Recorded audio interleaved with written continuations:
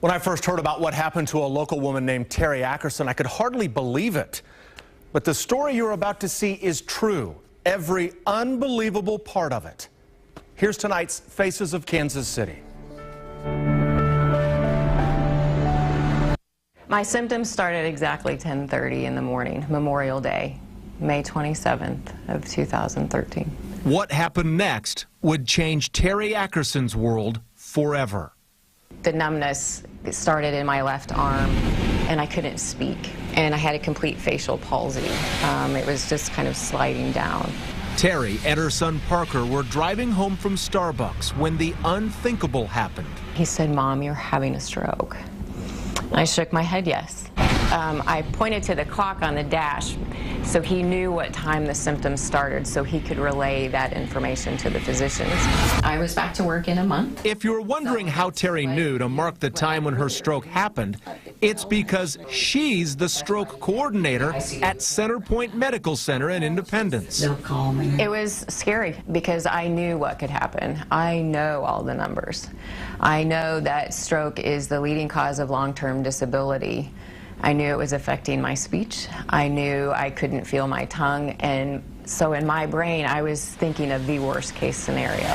Ironically, the horrible episode that shook her to her core now enables her to build a special bond with people who are desperate for help.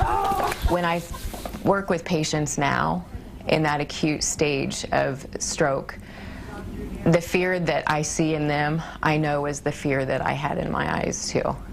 And there's no bargaining with that. What's so surprising to those who know Teri is that she even had a stroke in the first place. I'm very healthy. I've taken very good care of myself.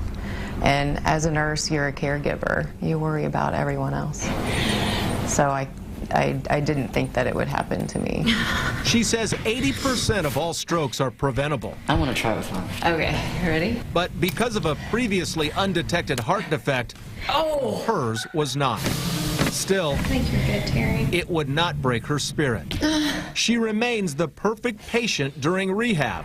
She ran 12 miles just 12 days after her stroke. Even more remarkable, just 3 months later, she ran a marathon this summer in Duluth, Minnesota. And I don't really think it hit me until about mile 25. I had wanted that title of marathon runner, and I was one.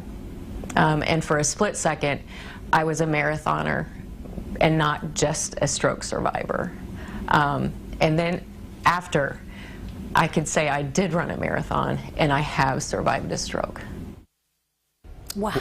She has an incredible story. She is Superwoman. She is, and to do that so quickly after having a stroke. Yeah, it's incredible. She is amazing. You know, one more thing, Teri wants our viewers to know the sudden signs of strokes. Remember the acronym FAST. That stands for face drooping, arm weakness, speech difficulty, and then the T stands for time to call 911.